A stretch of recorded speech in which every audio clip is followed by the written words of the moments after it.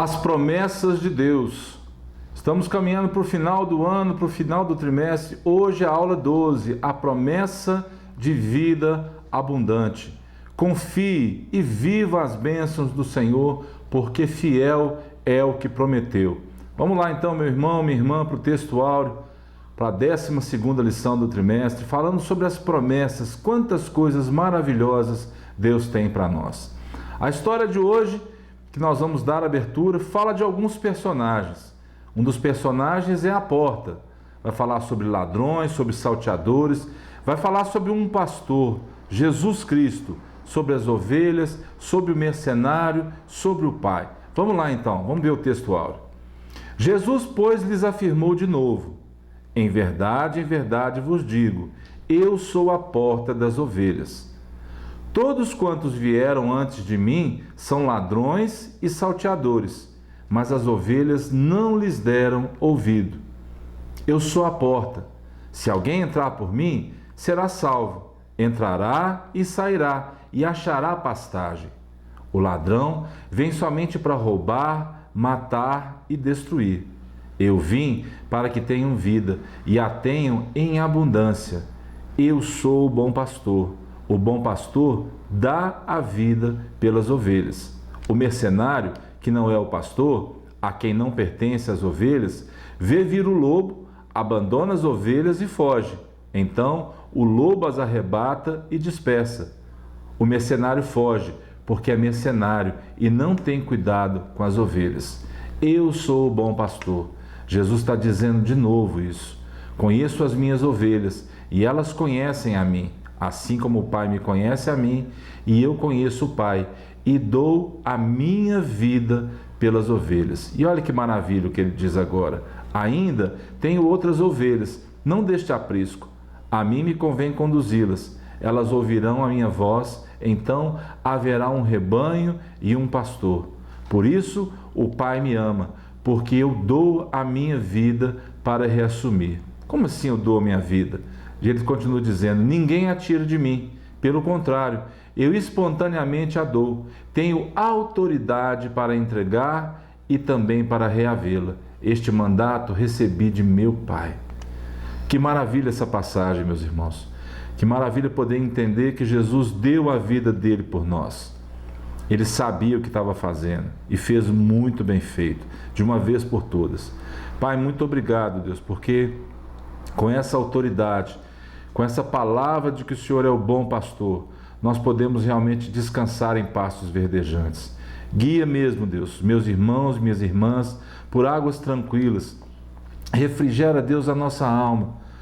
Deus, nós sabemos que, como bom pastor, é o Senhor que vai nos guiar, Deus, aos pastos verdejantes. E essa autoridade que o Senhor fala que tem, o Senhor tem mesmo, papai. Por isso, na autoridade do teu nome, eu quero abençoar o meu irmão, abençoar a minha irmã, para que quando o Senhor preparar uma mesa na presença dos nossos adversários, papai, nós possamos entender que o nosso cálice vai transbordar, e isso é abundância, e isso é vida em abundância.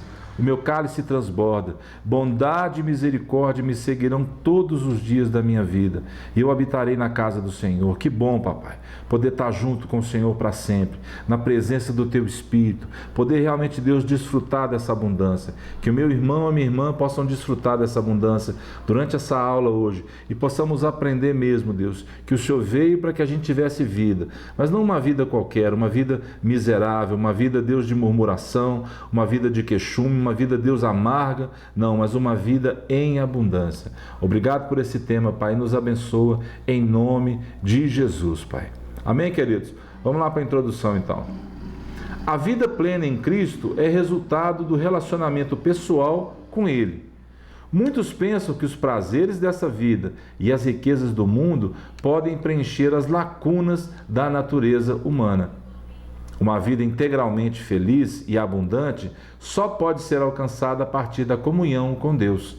Cria-se então uma nova perspectiva de vida e nós somos chamados a observar a vida através desses olhos agora, uma nova perspectiva de vida. Este convite feito então aos pecadores não está mais baseado nos prazeres da carne ou nas alegrias momentâneas da vida terrena, mundana. Agora temos valores e princípios eternos. Um estilo de vida próspero, uma família abençoada, uma alegria que não se esvai com as lutas e aflições. Essa nova vida nos dá um coração grato, regenerado, disposto a servir com temor em quaisquer situações. Jesus diz assim: eu sou a ressurreição e a vida. Então, se você entender que ele tem a vida de verdade nele, você vai compreender o que ele quer dizer. Por ser ele a vida e ter a vida em si mesmo, Jesus é capaz de dar vida abundante agora e uma vida eterna no futuro. Olha que maravilha! Todo aquele que depositar sua confiança nele e em seu sacrifício, como eu tenho dito nas aulas, o sacrifício vicário, ou seja, no lugar de outrem. A concepção de uma vida que se inicia neste mundo material, a partir deste estilo de vida que esteja alinhado com Deus, uma harmonia perfeita entre você e Deus, e com o que Jesus ensinou na expectativa de que chegará o grande dia do nosso encontro com Ele para a eternidade. Olha que riqueza maravilhosa, nós precisamos parar para pensar nisso. Qual riqueza? A presença do Espírito Santo em nós. Por isso, vamos compartilhar com todos os valores imensuráveis da salvação de nossas almas. Então, amado, amada, desfrute disso, desta vida plena, do amor de Cristo e do privilégio de compartilhar essa mensagem a todos quantos o Senhor permitir que atravessem o nosso caminho. Pois a nossa pátria, diz o apóstolo Paulo escrevendo aos Filipenses, está nos céus, de onde também aguardamos o Salvador, o Senhor Jesus Cristo, o qual transformará o nosso corpo de humilhação para ser igual ao corpo da sua glória, segundo a eficácia do poder, que ele tem de até subordinar a si todas as coisas. Esse é o nosso Senhor. É importante ressaltar o quê? Que muitas pessoas, inclusive no meio cristão, infelizmente, vivem uma vida completamente contrária à promessa de vida abundante que Jesus prometeu. Como assim? Uma vida miserável, uma vida de reclamação, uma vida de queixume, uma vida onde Deus é colocado como um servo daquela pessoa, é um Deus carrasco, é um Deus injusto, é um Deus fora do padrão dela. Ou seja, essa pessoa não entendeu ainda quem é Cristo Jesus.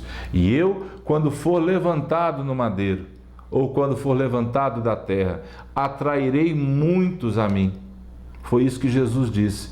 E ele diz: eu sou a ressurreição e a vida. Ele não é só a ressurreição, ele também é a vida. E a vida abundante.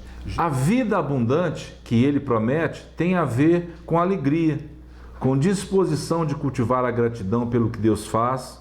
Agrada-te do Senhor e Ele satisfará os desejos do teu coração. Entrega o teu caminho ao Senhor, confia nele e o mais Ele fará.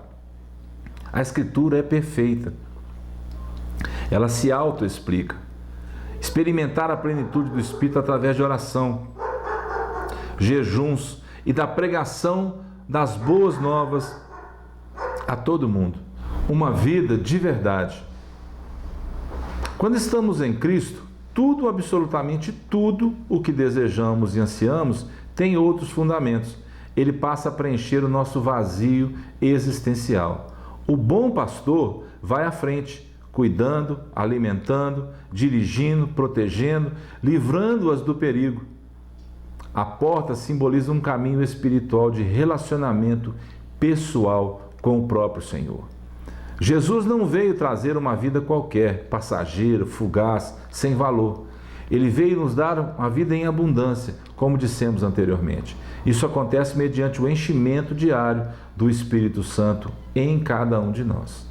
Sabendo que o ser humano tem necessidades físicas, emocionais e espirituais, podemos afirmar que a vida abundante prometida pelo nosso Senhor preenche também as esferas do corpo, da alma e do espírito, ou seja, uma vida integral, inteira.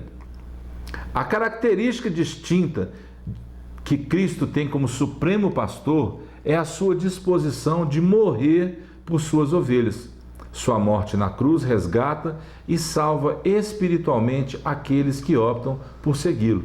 Vamos ficar ligados nas Escrituras. Esse é um conselho, isso é uma frase motivacional, porque conheceis a verdade e a verdade vos libertará. Porque Cristo não entrou em santuário feito por mãos, figura do verdadeiro, porém no mesmo céu, para comparecer agora por nós diante de Deus, nem ainda para se oferecer a si mesmo muitas vezes, como sumo sacerdote cada ano entra no Santo dos Santos com sangue alheio. Ora, neste caso, seria necessário que ele tivesse sofrido muitas vezes desde a fundação do mundo. Agora, porém, ao se cumprirem os tempos, se manifestou uma vez por todas para aniquilar pelo sacrifício de si mesmo o pecado. Está no livro de Hebreus. E assim, como aos homens está ordenado morrerem uma só vez, vindo depois disso o juízo, assim também Cristo, tendo se oferecido uma vez para sempre para tirar os pecados de muitos, aparecerá a segunda vez, sem pecado, aos que o aguardam para a salvação. Palavra maravilhosa essa. A segunda vinda de Cristo. Para quê? Para nos resgatar. O diabo, nosso adversário, busca destruir a nossa vida, o plano de Deus para nós. Deus, por intermédio de seu Filho, nos devolveu a vida, nos amou, salvou, perdoou, apagou os nossos pecados e nos deu a dignidade de salvos em Cristo. Que maravilha! A relação do Senhor Jesus com suas ovelhas envolve confiança e conhecimento. Ouvir sua voz precisa significar motivo de alegria e certeza de que Ele nunca nos deixará sem direção, sem amor. Não se esqueça, isso significa uma vida de verdade. Tudo se fez novo, as coisas velhas precisam ficar para trás. Entendeu? Vamos lá então para a conclusão. Maravilhosa essa palavra de hoje.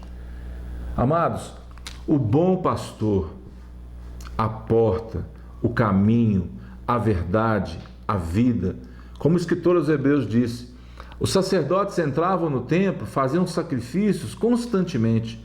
Era necessário alguém que fizesse um sacrifício único, de uma vez por todas. Quem é esse alguém? Cristo. Superior a todos os outros sacrifícios, a própria vida, o inocente morrendo pelo pecador. Foi isso que ele fez. Então, entenda de uma vez por todas isso. O que Cristo fez foi de uma vez por todas. Precisamos viver de modo inteligente, saudável e para a glória de Deus em cada momento. Isso será um aprendizado diário. Todos os dias a gente está aprendendo.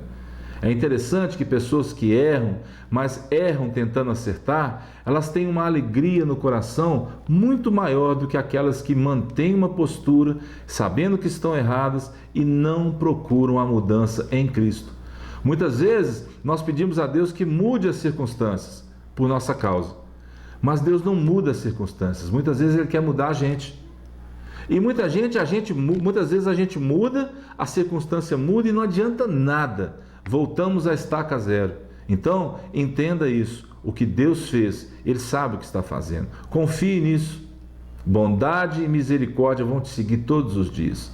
Um aprendizado prazeroso. Precisamos viver assim, uma vida em abundância. Paulo e Silas, lembra dessa passagem? Estavam presos, estavam encarcerados e eles estavam ali adorando, cantando louvores ao Senhor. De repente as cadeias se romperam. O desespero daquele carcereiro. Lembra disso? Lê depois no livro de Atos para você ver. Mas havia ali um eterno propósito, prestes uma coisa muito mais maravilhosa, muito maior do que eles pensavam, a se concretizar. O que era? A salvação do carcereiro e de sua família.